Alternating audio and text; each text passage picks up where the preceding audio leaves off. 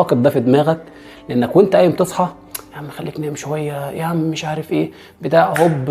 من الساعه بقت 4:30 او 5، هوب لقيتها 7 8 الصبح وانت مش عارف ازاي، وما بتعرفش تصحى في الوقت اللي انت عايز فيه اللي عايز تصحى فيه. لكن لما بتحط الموضوع هو اعتقاد جواك، انا جسمي مش عايزني اقوم،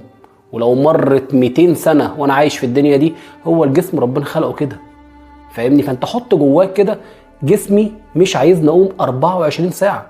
فانت سواء صدقني والله لو مطبق ومش نايم الا ساعه واحده هتقوم تعبان شويه بتاع، بس لو انت المعتقد ده بيجي على طول اول حاجه في دماغك وانت بتصحى، هتعرف ان هو ده الطبيعي بتاع جسمك.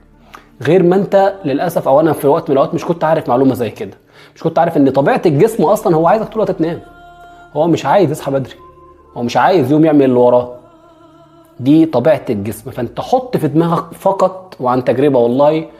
انا لازم